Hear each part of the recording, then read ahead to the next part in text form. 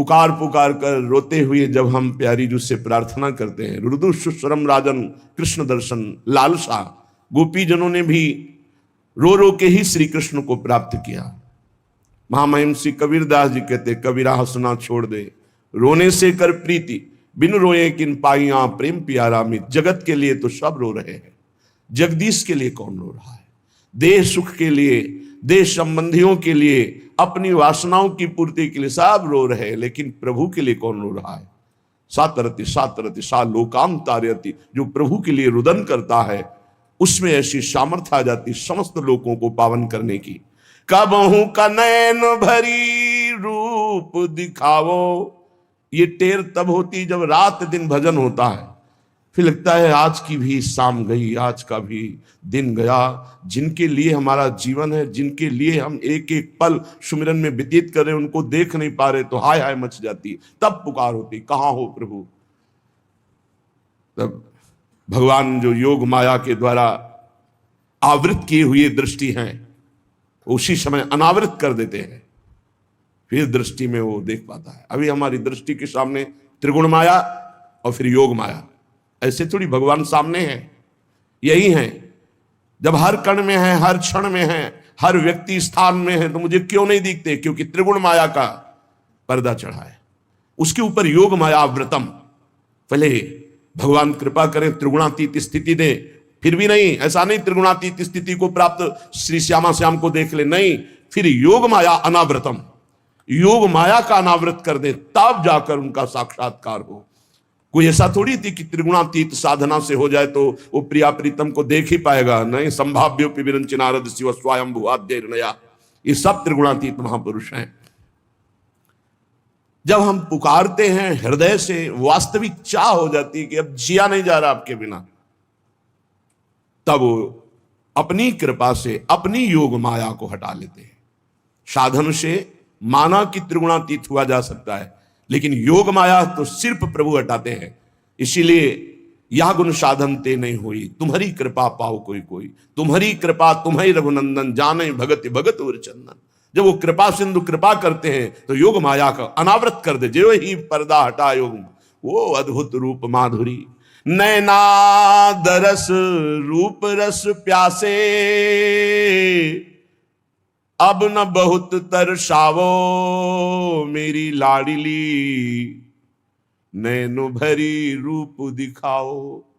ये तब तड़पन होती जब सब जगह से अपनापन हटकर प्रियाजू के चरणों में लगता है, तो कब देखूं अपनी श्यामाजू को, कब देखूं अपने लालजू को, जिनके लिए हमने जीवन अर्पित किया, रात दिन जिनका सुमिरन करते हैं, वो हमारी दृष्टि में नहीं आ रहे। भारी व्याकुलता, भारी पीड़ा, नहीं खान पान ते भावे है, नहीं कोमल वसन सुहावे है, सब विषय लगे ते खारा है, हरियासिक का मग न्यारा है। न लाज तीन लोकन की, न वेद को कहो करे, न शंक भूत प्रेत की, न देव जच्छते डरे, सुने न कान और की, दृश्य न और इच्छना, ना काहू सो बोलिबो, ना कोई व्यवहार, बस अपनी कुंवर किशोरी को जियत निहार निहार। अब आ गया रूप, जब सर्वत्र से लोक रीति कुल रीति सर्वत्र से चित्त हटकर एकमात्र प्रियालाल में केंद्रित हो गया, हटाए नहीं हट रहा, जैसे अभी लगाए नहीं लग रहा, विषयों में जा रहा है। ऐसे जब कृपा पात्र साधक प्रयत्नशील होकर गुरु प्रदत्त उपासना में चित्त को समाहित करता है तो हटाए नहीं हटता। रात दिन परमानंद की बाढ़ आती है। अभी परमानंद का परिचय ही नहीं जाना कि परमानंद किसे कहते हैं। जब विषयानंद का त्याग हो तब तो परमानंद के मार्ग में कदम बढ़े। मृदु मुस्कान मनोहर आनंद,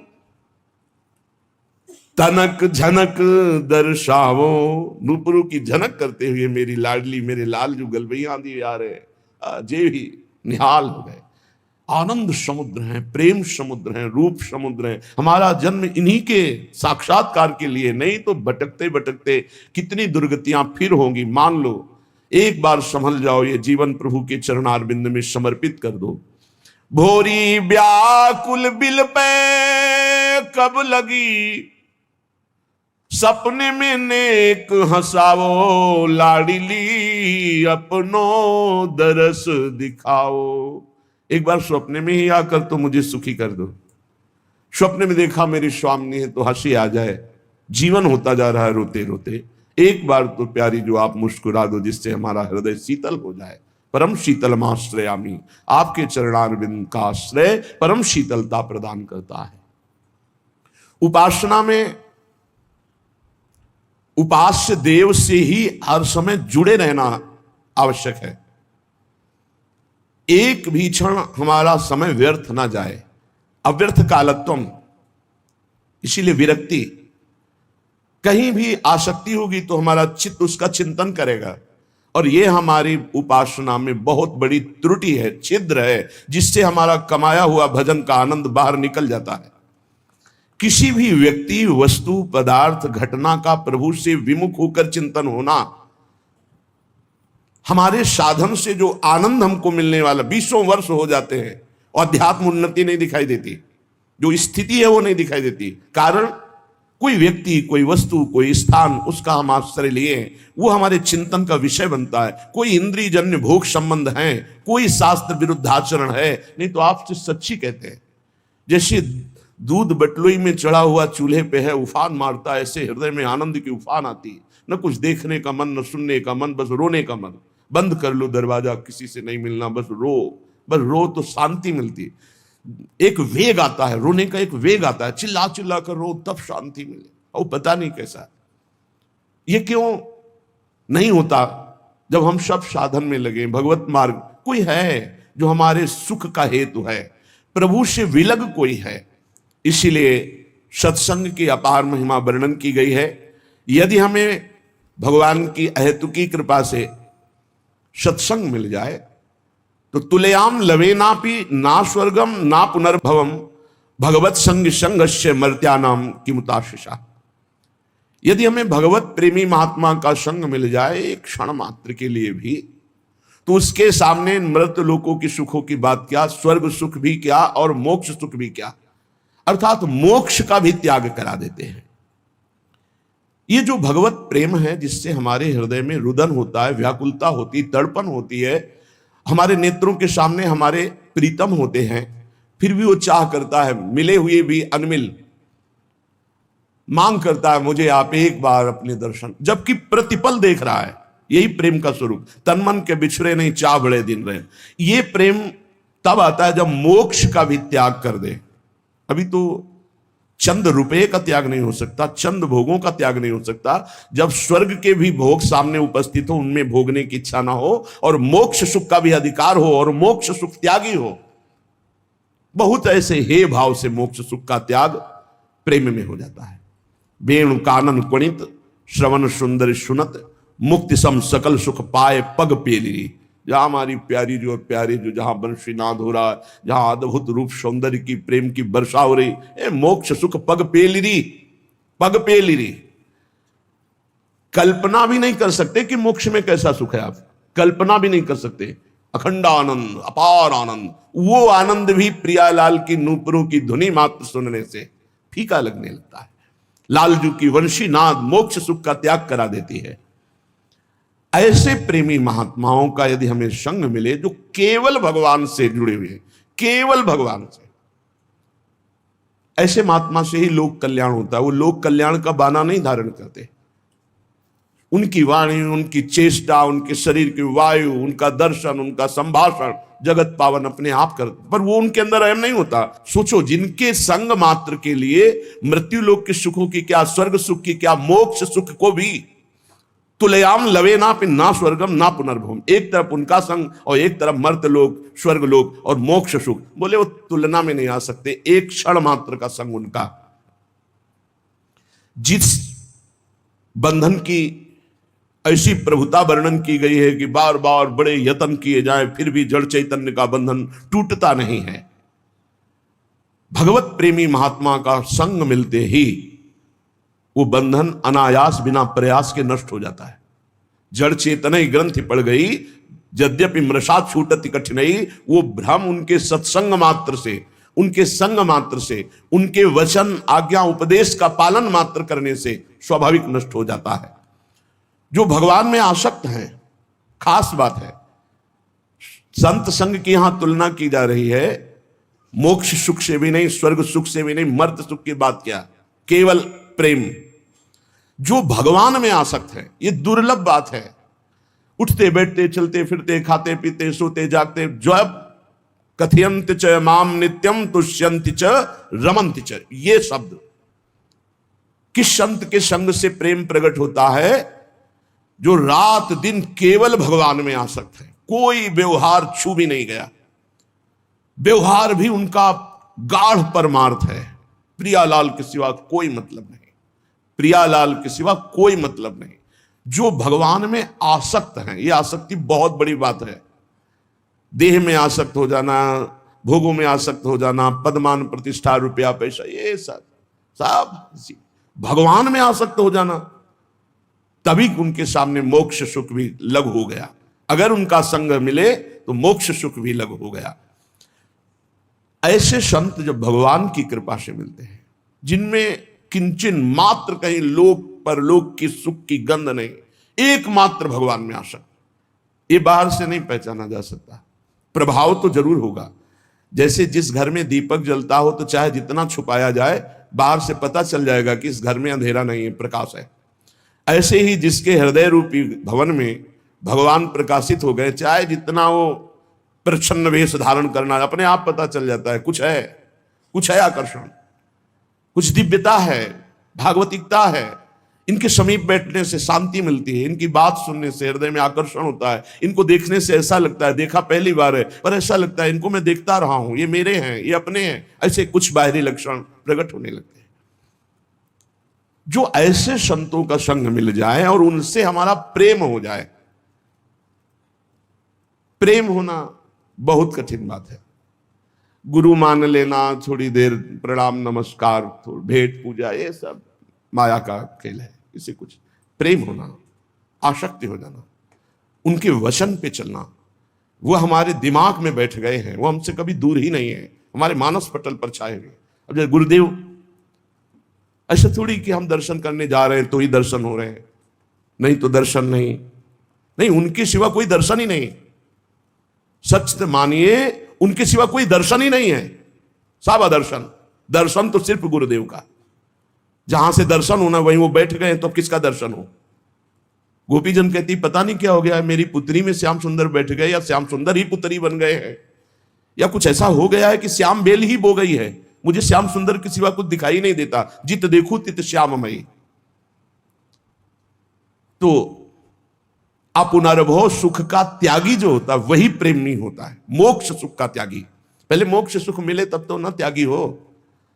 अब 100 रुपया जेब में नहीं हो कहा जाए अरबों रुपए का त्यागी है, नहीं हो। त्यागी तब कहा जाएगा जब अरब रुपया उसके पास हो और उसका त्याग कर दिया हो, तब कहा जाएगा अरबों का त्यागी। पहले जीवन मुक्त अवस्था तो आए, फिर उस सुख का त्याग करके जो श्यामा श्याम के अनुराग में, वो मोक्ष सुख त्यागी।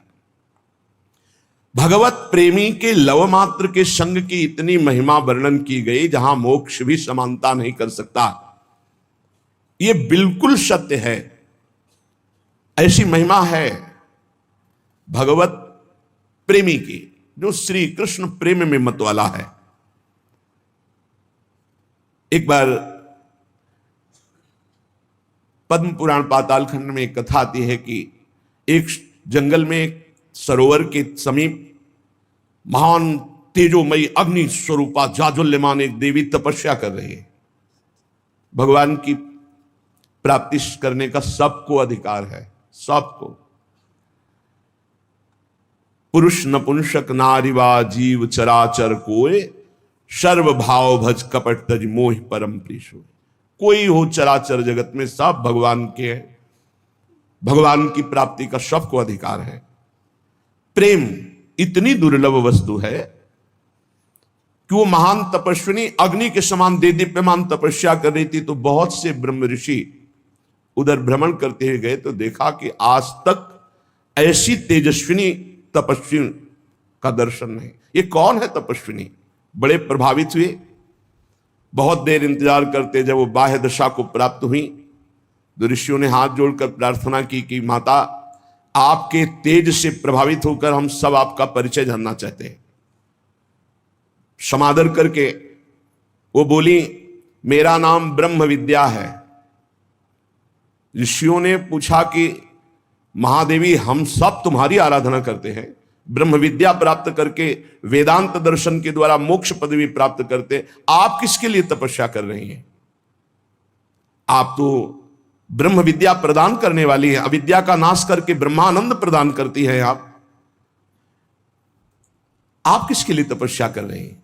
ऋषियों के पूछने पर तपस्या के भाव में मगन हुई महादेवी ने कहा कि मैं ब्रज में एक गोपी बनना चाहती हूं, श्री कृष्ण प्रेम में उन्मत्त होना चाहती हूं, मुझे कोई उपाय नहीं दिखाई दिया, इसलिए मैं कठोर तप कर रही हूं कि प्रभु श्री कृष्ण हम पर प्रसन्न हो और मुझे ब्रज की कोई गोपी बना दें। मैं ब्रज गोपी बनने के लिए भारी तपस्या कर रही हूं। मैं भगवान के प्रेम की प्राप्ति करना चाहती हूं। मेरे मन में प्रबल इच्छा उत्पन्न हुई है और उसको पूर्ण करने में सिर्फ श्री कृष्ण समर्थ है, दूसरा कोई नहीं। इसलिए प्रेम की प्राप्ति के लिए मैं ब्रह्म विद्या तप कर रही हूं। ऋषियों को बड़ा आश्चर्य हुआ कि जिस ब्रह्म विद्या की आराधना बड़े कठोर तप से करके ऋषि मुनि प्राप्त करके मोक्ष पदवी प्राप्त, वो मोक्ष प्रदायिनी ब्रह्म विद्या स्वयं प्रेम प्राप्ति के लिए श्री कृष्ण की आराधना कर रही। जिस प्रेम के लिए नारद जी को गोपी बनना पड़ा, अर्जुन जी को अर्जुनी बनना पड़ा, भगवान शिव को भी गोपीश्वर बनना पड़ा, उसी देश में आप बैठे हैं, ये ब्रजभूमि में श्री धाम वृंदावन। देखो अपने ऊपर, अगर अपने कहें कि अपनी कौन सी तपस्या की, तो गलत ही किया है, अच्छा तो किया नहीं। तपस्या आदि की तो बात जाने दो, हमारी गलती पे प्रिया जी रिझ के हमें दे दिया ब्रजवास, वृंदावन धामवास। देखो जहां ऐसे ऐसे तप महान महान ऋषि किए, तो हमारे ऊपर जो प्रभु की कृपा हुई है उसको हम स्वीकार करें कि अपार कृपा लाडली लाल की हमारे ऊपर, रसिकों का संग दिया, वृंदावन धाम दिया, कितनी दुर्लभ बात है। भगवान अर्जुन जी से सब ज्ञान प्रेम की जितनी उचित बात, गोपियों का प्रेम प्रकाशित नहीं। जब गोपियों की बात आती है तो भगवान प्रायः मौन धारण कर लेते हैं। बहुत कृपा की तो उद्धव जी को भेज दिया, जाओ वृंदावन जाओ, गोपियों से वार्ता करो, तब तुम जान पाओगे। प्रेमियों का मिलना मतलब मेरा अंतिम जन्म है। प्रेमियों का मिलना मतलब हमारे ऊपर प्रभु की सीधे दृष्टि है। जब द्रवहि दीन दयालु राघव तो साधु संगति पाइए। भगवान अपने प्रेमियों के संग से पहले साधक को त्रिगुणातीत बनाते हैं, फिर अब ये काम स्वयं करते हैं, योग माया का पर्दा हटाना। ये किसी संत से नहीं होता, ध्यान रखना।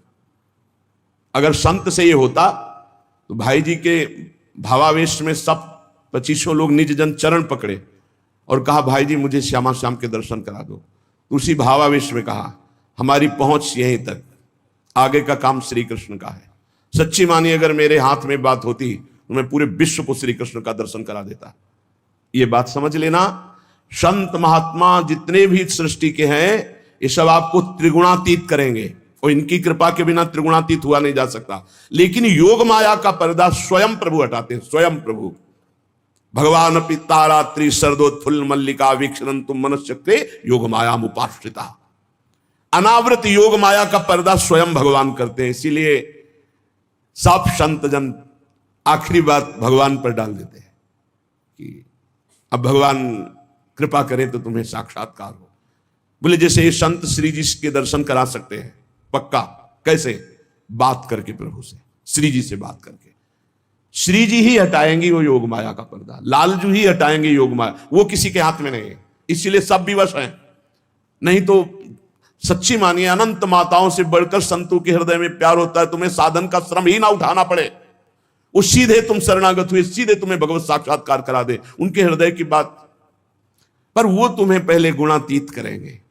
सतोगुण, रजोगुण, तमोगुण, ये 3 माया के गुण हैं। इन्हीं से आवृत स्थूल सूक्ष्म कारण शरीर है, इसी का नाश करेंगे वो अपने साधन से प्रदत्त जो ज्ञान है उसके द्वारा। ज्ञान चक्षुदय होते ही त्रिगुणातीत। अब आगे का जो कार्य है वो रुदन से होता है। चिल्ला चिल्ला कर रो रो कर प्रभु से प्रार्थना की। तासा माविर भूत छौरी स्मयमान मुखाम्बुजा पीतांबर धरास्त्रग्वी साक्षान मनमथ मनमथा। सेकेंड के कम हिस्से में ही पर्दा हट गया योग माया। सामने देखा युगल सरकार मुस्कुराते, कहीं भी कितनी भी दूर।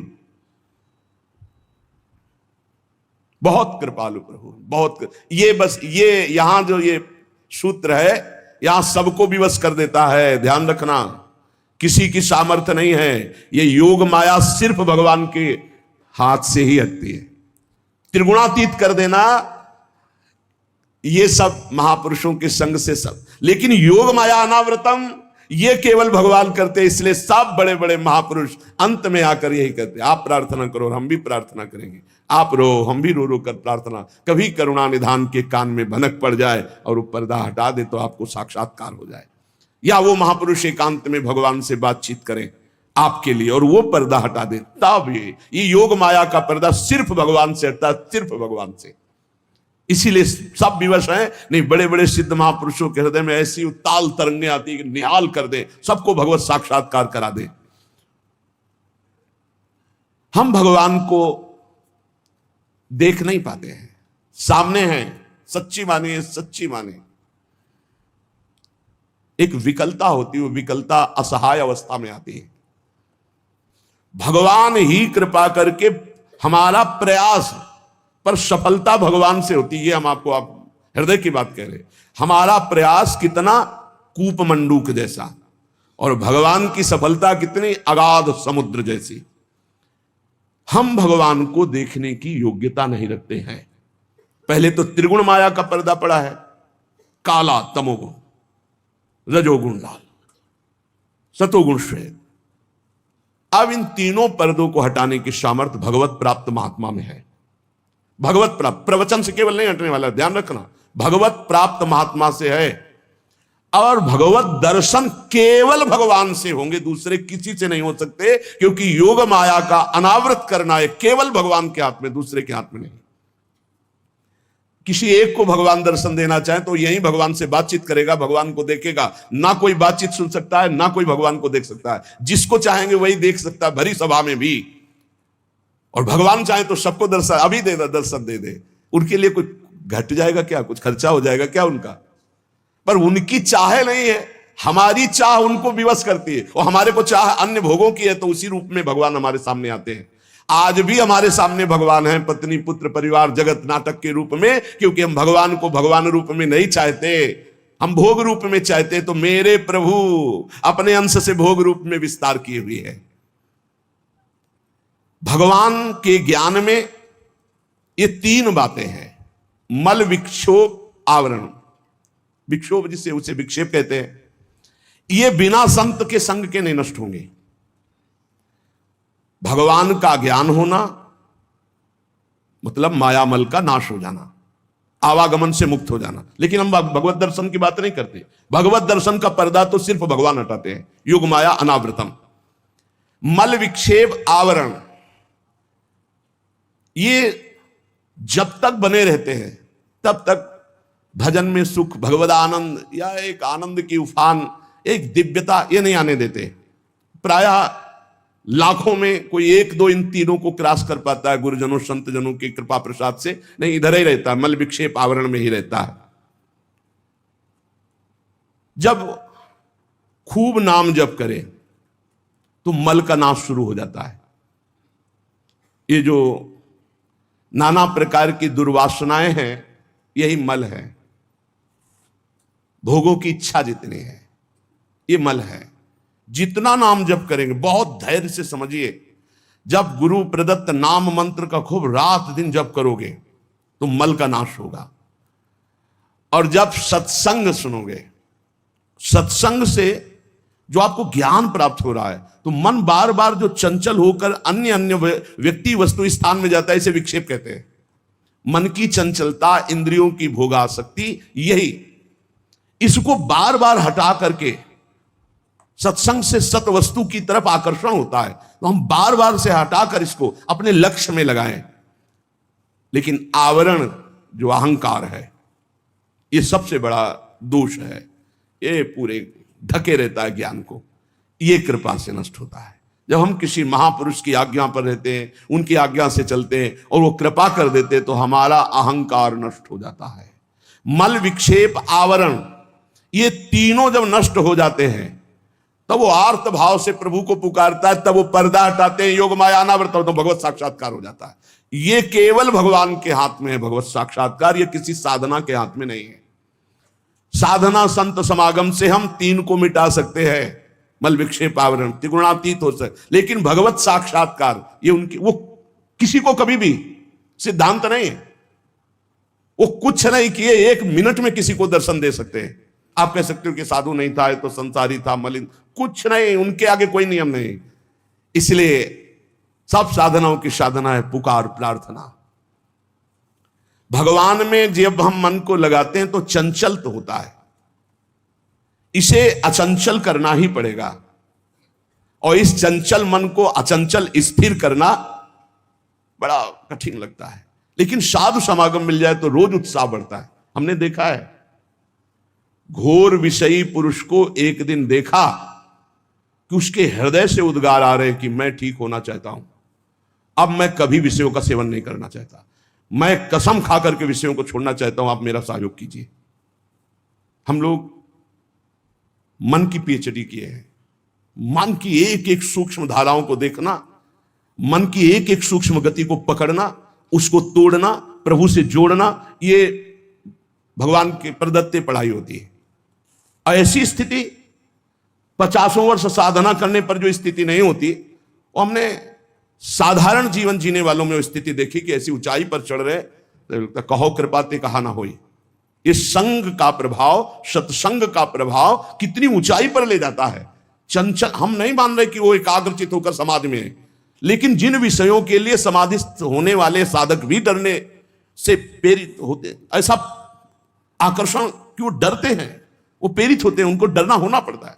और वो निडर होकर के विषयों का त्याग करने का संकल्प, ये बहुत बड़ी बात है। सारी मंजिल हाथ में आ गई। जिसके हृदय में पैदा हो गया ये संकल्प कि मर चाहे जाऊं, अब भोग नहीं भोगूंगा संसार के, बस जीत गया। अब क्या है, अब तो आगे क्रम बाई क्रम पास होता चला जाएगा। बस यही सबसे बड़ी फिसलन होती है।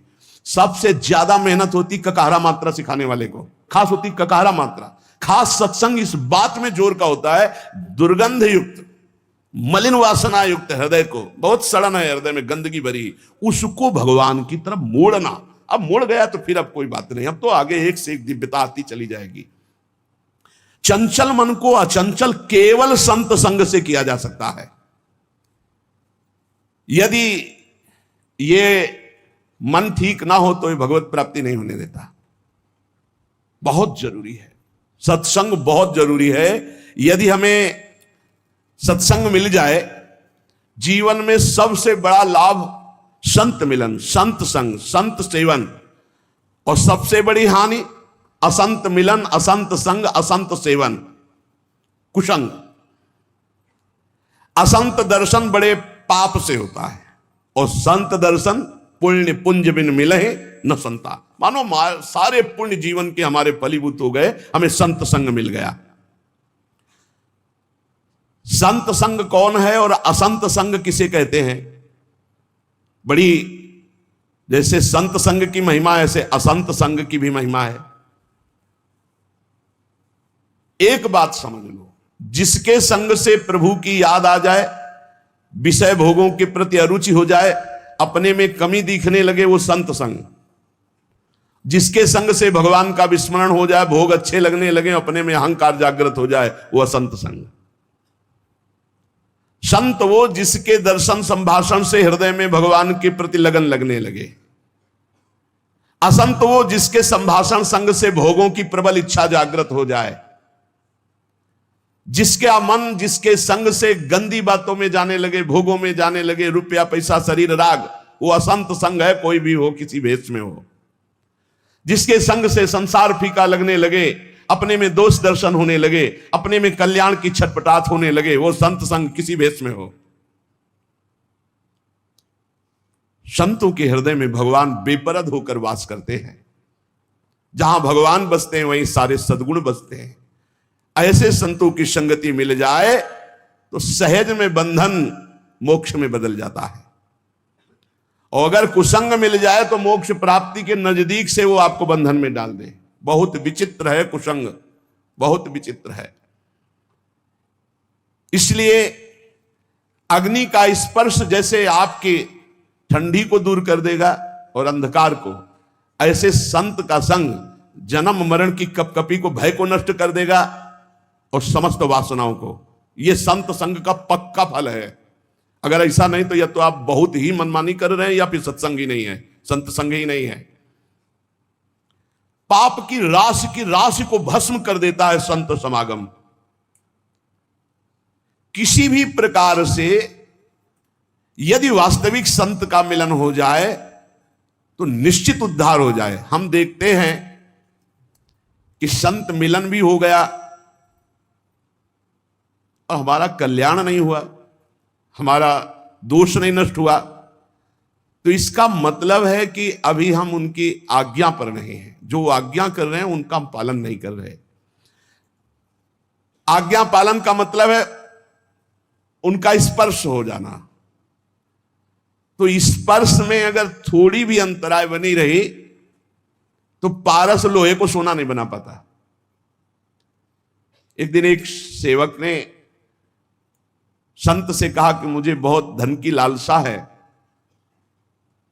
उनका मैं स्नान करके आता हूं, कुटिया में पारसमणि रखी, फिर दे दूंगा, आप अपने घर में लोहे में छुआ लेना तो सब सोना बन जाएगा, बड़े धनी हो जाओगे।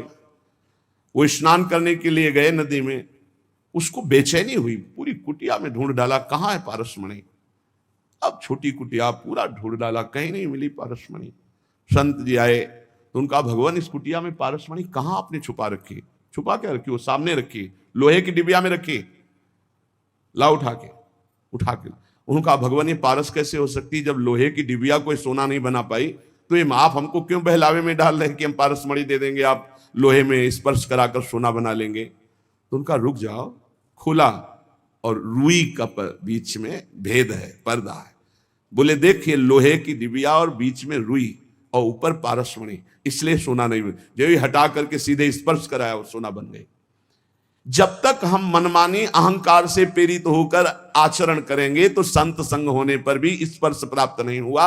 नहीं तो लोहा स्वर्ण बन जाता है पारस के स्पर्श से। और संत आप उस सरिस चाहे सबकी ना, वो अपने समान बना देते हैं। संत मिले, लाभ नहीं हुआ, इसका मतलब है आपने सत्संग को धारण नहीं किया, आज्ञा पालन नहीं की, मनमानी आचरण किए। लेकिन फिर भी तुम्हें निराश नहीं होना। ध्यान दीजिए, संत बहुत बड़े धनी हैं और हम दरिद्र हैं। तो एक और प्रणाली है, वसीयतनामा। अपनी संपत्ति को अनाधिकारी को भी दे सकते हैं। तभी कहा है कि संतन के संग लाग तेरी अच्छी बनेगी। नहीं हम आचरण उतार पा रहे, हम उस कोट से नहीं आज्ञा पालन कर पा रहे, पर हम गला भी नहीं छोड़ने वाले, आपके गले पड़ गए। अब हम आपको छोड़ने वाले नहीं, आपका पीछा छोड़ने वाले नहीं। हम आचरणहीन हैं, आपके योग्य नहीं, पक्की बात, पर हम आपको छोड़ने वाले नहीं। ऐसे पीछे पड़ जाए, वो दुत्कारे, चलो उनके पीछे पड़ जाओ। तो बोले उनको अपनी भागवतिक संपत्ति का वसीयतनामा करना आता है और आज तक इसी पद्धति से परम पद मिला है। संतों की आज्ञा पर अक्षरशः तो कोई संत ही चल पाएगा। अपने तो साधारण जीव है, उनकी आज्ञा में कहीं ना कहीं त्रुटि तो हो जाती।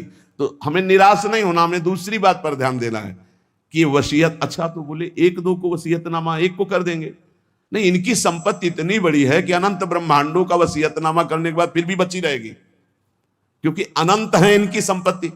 भगवान का एक नाम अनंत है, अनंत संपत्ति है। देखो, महिमा तेरी कहा कहूं श्री हरिवंश